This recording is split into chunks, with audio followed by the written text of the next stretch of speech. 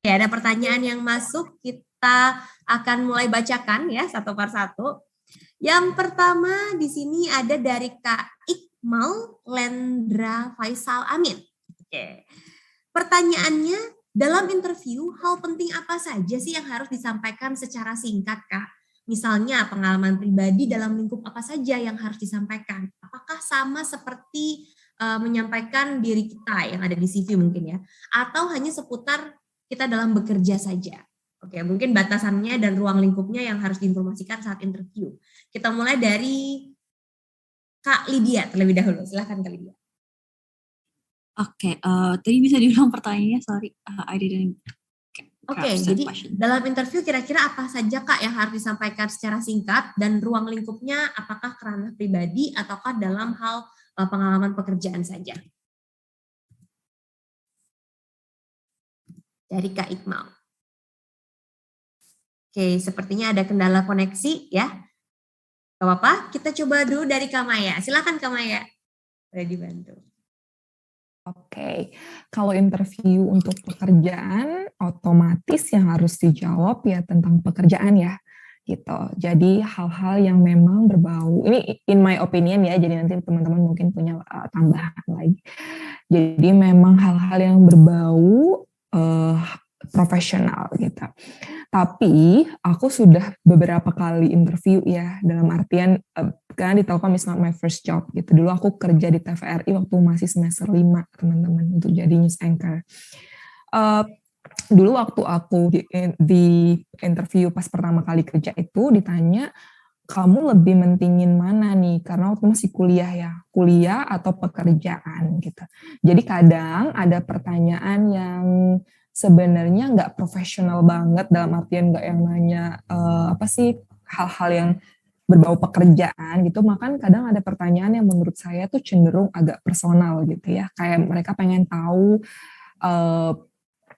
pikiran kita, pengen tahu priority kita gitu. Nah itu bisa aja dijawab gitu ya, tapi kalau menurut saya pribadi ya gitu, saya bukan tipe orang, mungkin nanti Lydia bisa tanya ya, tapi setahu saya belum pernah juga dapat pertanyaan yang terlalu misalnya, kamu anak keberapa gitu, terus gimana sih orang tua mendidik kamu, itu aku nggak pernah yang berbau personal, karena harusnya ya sebagai rekruter cukup profesional ya untuk bertanya apa saja yang harus ditanyakan dan apa enggak. Nah, tugas kita adalah ketika itu masih dalam ranah profesional ya jawab aja. Karena kan orang juga kadang nanya pengen tahu aja gitu. Ada loh rekruter yang iseng gitu kan ya, pengen nanya, ya nggak apa-apa selagi tidak berbau harassment gitu ya. Kamu jawab-jawab aja. Kadang dia cuma pengen tahu selera humor kamu gitu ya nggak apa-apa juga. Itu sih menurut saya ya, mungkin nanti bisa ditambahkan yang lain. Jadi intinya tetap profesional aja. Thank you Kak Maya, tetap profesional kita jawab ya. Selama itu bisa kita jawab ya teman-teman. Mungkin dari Kak Lydia dan juga Kak Dia mau menambahkan, silahkan. Oke, mungkin aku nambahin dikit, sorry tadi keputus karena sinyal internetku lumayan jelek di sini. Jadi kalau semisal bener sih yang dibilang tadi sama Kak Maya, semisal masih dalam ranah profesional, gak apa-apa dijawab aja, tapi semisal dalam ranah personal, kalian coba jawab yang apa, meski yang gak usah yang terlalu personal banget, gak usah terlalu detail, mungkin semisal ditanya kayak, kamu anak berapa sih? Mohon maaf, mungkin ini tidak sesuai dengan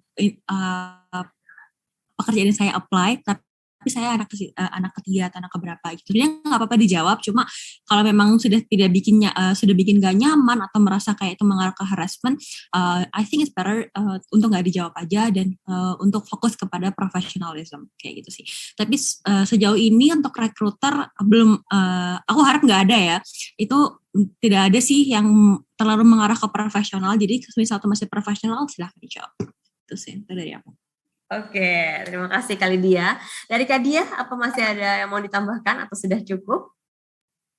Mungkin mau nambahin sedikit ya, sebenarnya saya pernah menemukan waktu wawancara, ditanya anak keberapa, dan ini sebenarnya dari HRD mungkin ingin mengetahui ya, beban dari kita, seumpama kita anak pertama, kita mempunyai beban dari adik-adik kita atau tidak, itu mungkin untuk menentukan gaji kita tuh sepadan nggak sih dari HRD mau memberikan gaji seperti ini dari perusahaan?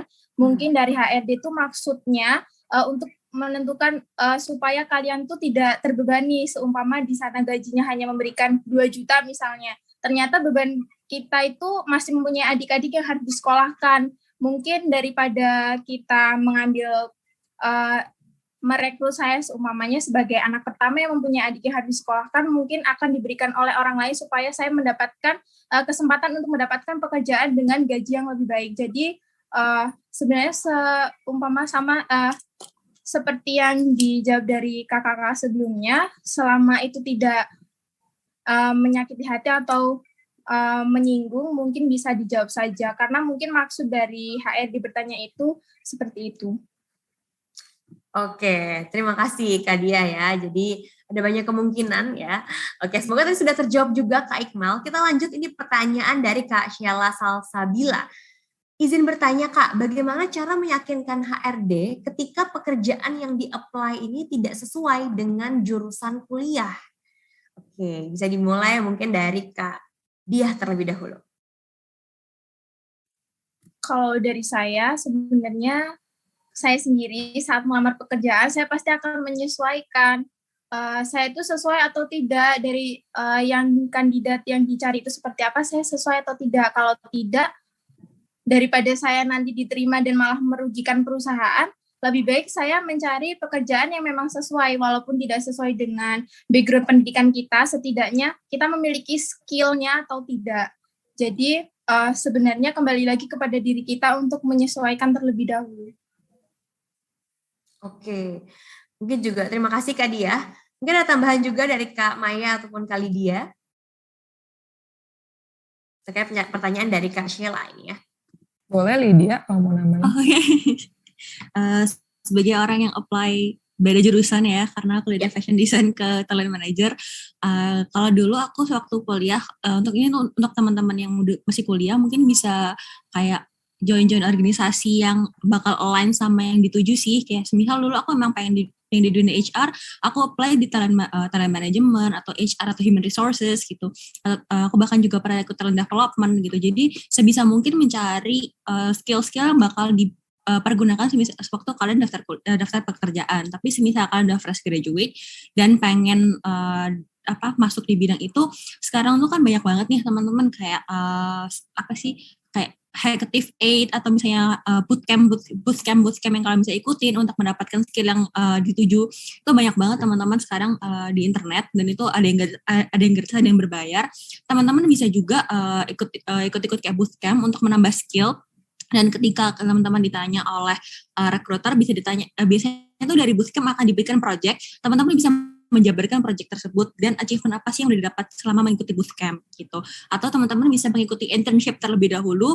Semisal nih teman-teman pengen apply suatu pekerjaan tapi belum ada skillnya, mungkin bisa dimulai dari internship dulu. Semisal karena kebanyakan dari company sekarang ketika mereka mau merekrut orang, mereka akan merekrut orang-orang ini dari internship gitu. Jadi teman-teman bisa mengikuti internship yang ada dulu sih saran aku. Gitu. Itu dari aku. Oke, siap Kak Lydia. Terima kasih. Mungkin dari Kak Maya juga mau menambahkan atau sudah cukup? Singkat aja ya, aku tuh kerja tidak di bidang sama dengan lulusan kuliah. Aku kuliah di hubungan internasional, yang S1-nya, S2 aku di media management gitu. Aku kerja waktu itu dari TV jurnalis, yang presenter gitu ya, news anchor. Kemudian sekarang aku di employer branding gitu. Jadi sebenarnya nggak yang harus lurus banget gitu ya. Tapi believe it or not gitu ya, ada kecuali kalian mungkin nakes ya, kayak dia gitu kan. Kalau nakes ya agak susah ya, kecuali kamu memang pengusaha gitu ya. Kalau nakes kayaknya emang yang nggak akan jauh-jauh dari dunia kerja itu ya. Misalnya kayak adik saya tuh dokter gigi gitu ya, kan nggak mungkin lah tiba-tiba dia jadi employer branding kan, agak susah ya gitu. Nah, tapi kalau misalnya saya yang di sosial gitu ya, itu kesempatan karir terbuka banget. Betul kalian bisa ikut internship dan lain-lain gitu. Tapi ketika kalian memasuki dunia kerja, yang memang yang paling dilihat adalah kemampuan kalian sih. Cocok nggak sih kalian tuh di role itu gitu. Dan itu berlaku di mana aja ya. Jadi kalau kayak pokoknya gue nggak mau kerja kalau nggak di sini. Ya mungkin kalian belum jauh aja sih mainnya gitu ya. Harus jauh-jauh tuh mainnya karena memang ya things not everything turns into what you like gitu ya. Jadi ya itu sih mungkin. Oke, siap Kak Maya. Terima kasih. Semoga tadi sudah terjawab juga ya Kak Sheila Salsabila ya, namanya mirip ya. Oke, ini ada pertanyaan dari yang raise hand. Saya akan coba ask to unmute dari Kak Andrini Alfia. Saya coba unmute. Halo, selamat siang. Kak Andrini. Halo, selamat siang. Dari mana Kak? Aku dari Tangerang. Dari Tangerang. Silakan pertanyaannya. Ya, ini kedengaran jelas ya suaranya? Ya, sudah jelas. Oke, pertanyaan aku sebelumnya makasih atas kesempatannya. Pertanyaan aku menyambung sama yang sebelumnya. Yang sebelumnya kan itu bahasannya kalau beda jurusan ya. Nah, kalau misalkan beda industri atau misalnya mungkin malah beda jenis company-nya gimana? Ada pertimbangan dari recruiter nggak kalau misalkan background industri atau jenis company-nya beda? Contoh kasusnya kayak gini ya, aku orang yang sudah lama berkarir di startup dari fresh grade sampai saat ini, udah sekian tahun tuh di startupnya beda-beda. Sejauh ini yang misalnya reach out aku di LinkedIn itu pasti vacancy-nya tentang startup gitu, jarang yang ada corporate yang reach out dan bahkan aku apply ke corporate juga belum ada yang maksudnya tembus sih. Ini kasusnya pro hire ya, case-nya pro hire. Kemudian ya yang aku tanyain khawatirnya apa gimana ya? Apakah ada assessment gitu dari recruiter kayak jangan-jangan nih kandidat tuh nanti khawatirnya ada culture shock atau gimana pindah dari budaya startup yang benar-benar fleksibel, se-fleksibel itu kan kalau startup, sementara kalau di corporate kan ada birokrasi mungkin ya kayak gitu, atau sebaliknya mungkin dari corporate ke startup. Nah, kalau dari sudut pandang recruiter sendiri kayak gimana sih itu? Gitu. Thank you. Oke, terima kasih Kak Andrini pertanyaannya ya. Jadi kira-kira apa sih yang ada di pandangan atau sudut pandang dari recruiter gitu ya terkait dengan pro hire berpindah dari startup ke corporate gitu. Mungkin bisa dimulai dari Kak Maya ya. Silakan Kak Maya. Oke, sebenarnya nggak ngaruh sih ya, as long as you got a good track record ya. Dari Andrini di mana sebelumnya? Oke, Kak Andrini saya unmute lagi. Oh, oke. Ya, sebelumnya di mana? Beda banget nggak gitu? Oh, macam-macam. Sebelumnya aku dari fresh graduate dulu di Uber. Tahu Uber nggak? Yang sekarang udah nggak ada. Itu Uber, kemudian pindah-pindahnya ke startup yang logistik. Kemudian baru-baru ini aja pindah industri, tapi tetap startup di edutech.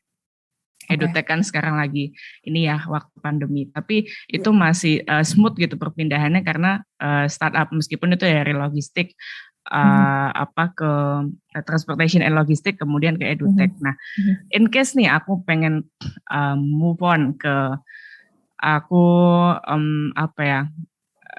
yang retail misalnya atau misalnya perbankan atau mungkin telkom gitu yang corporate banget gitu. Oke. Jadi gini, sebenarnya kalau ke telkom kan the only way yang kamu bisa jadi karyawan tetap adalah GPTP ya. Pernah dengar nggak? Mungkin pernah dengar. Jadi itu the only way gate yang kamu bisa masukin kalau kamu masih fresh grade atau kamu udah berpengalaman kerja tapi masih di bawah 30 tahun ya. 27 tahun. Jadi kalau kamu fresh grade maksimalnya 24 tahun, tapi kalau kamu udah kerja dan punya pengalaman 2 tahun, itu umurnya 27 tahun maksimal. Tapi kalau kamu udah pernah kerja juga dan juga S2, itu maksimalnya 30 tahun ya. Nah, kenapa sih harus ada umur-umurnya gitu ya? Ada alasan psikologinya gitu ya, tapi intinya itu yang sudah diterapkan di Telkom misalnya. Nah, pertanyaan selanjutnya adalah mungkin nggak sih beda? Ya mungkin banget ya. Kalau kamu di Telkom dan kamu lulus program GPTP ya nggak ada masalah gitu ya. Nah, sekarang ketika pindah banget gitu, sebenarnya yang dilihat itu adalah track record sih. Andrini. Jadi to be honest, aku beberapa kali itu dapat offer ya, baik itu ke perusahaan atau ke startup. Tapi please bear in mind, kayak yang akan sering nge-reach kamu itu pasti startup. Kenapa sih? Karena ya mereka nggak punya, correct me if I'm wrong ya, nanti mungkin Lydia bisa jelasin. Karena startup itu belum established banget, dalam artian mereka nggak punya, kalau di Telkom tuh kita punya peraturan rekrut karyawan gitu ya. Tanggal segini harus segini, headcount-nya yang butuh 300 orang. Jadi kemarin yang daftar 200.000 gitu ya, kita cuma ambil 300 orang gitu. Karena emang udah sesettle itu. Nah, meanwhile di startup tuh nggak akan banyak rekrut orang gitu. Pun dia baru dapat funding series berapa gitu. Series A, series B pasti akan mentok 20, 30, atau masih dalam ratusan, 100 gitu misalnya. Tapi whole year ya. Nah, jadi that's why yang akan nge-reach kamu yang memang akan startup gitu.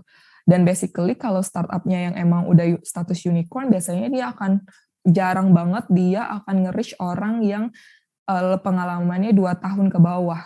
Mereka justru akan nge-beat orang yang pro hire, yang levelnya manager. That's why kayak kalau aku tuh beberapa kali tuh dapat offer level manager, level head of gitu-gitu ya. Karena memang gitu, startup tuh memang ya dia nggak, ya karena dia sangat efisien ya gitu ya kan. Mungkin ya tadi dia pasti akan nambahin, efisien banget, dia nggak mau capek-capek ngurusin orang gitu. Dia nggak mau buang banyak duit gitu ya. Kalau Telkom kan hambur-hambur duit ya, dalam artian ya tanda petik. Coba sekarang nge-hire orang sebanyak 200.000, berapa tuh cost per hire-nya? Kita ngebayar orang buat nge-interview aja kan mahal ya, untuk Telkom punya sendiri gitu ya. Nah, kalau startup dia nggak mau kayak gitu. Ya pokoknya gue harus approach dia, harus dapat nih gitu kan. Untuk satu posisi gue cuma 3-4 orang aja nih yang akan gue approach gitu. Nggak mungkin lah mereka banyak-banyak gitu. Nah, that's why kalau kamu, kenapa ya selalu di approach-nya sama startup, ya memang kayak gitu gitu. Karena perusahaan yang udah established biasanya, either mereka punya bukaan sendiri, punya status sendiri yang mereka pasang, yang itu tadi kita daftar ke mereka gitu ya, karena mereka jarang banget mau ngejar kita, kecuali untuk posisi-posisi yang tadi ya, yang mid to senior gitu. Nah, seperti itu sih gitu. Nah, what I can suggest to you gitu ya, ya tadi kamu sebenarnya pengennya apa gitu. Kamu bisa kembali re-knowing yourself gitu ya, kayak ada masa dimana kita mungkin kayak lost in right gitu, aduh gue kayaknya pengen apa gitu. Nah, itu tadi sih menurutku take time, don't be too fast gitu ya, kayak ya kalau teman kamu udah sampai mana terus kamu masih mikir it's okay, it's truly okay, kayak ya udah take a break dulu, kamu sebenarnya pengennya kemana. Nah itu, dan tadi definisi dream job kamu tuh apa gitu. Nah mungkin itu sih menurutku yang bisa aku sampaikan based on my experience ya. Tapi tadi beberapa hal mungkin diklarifikasi sama Lydia. Oke, siap. Thank you for sharing Kak Maya.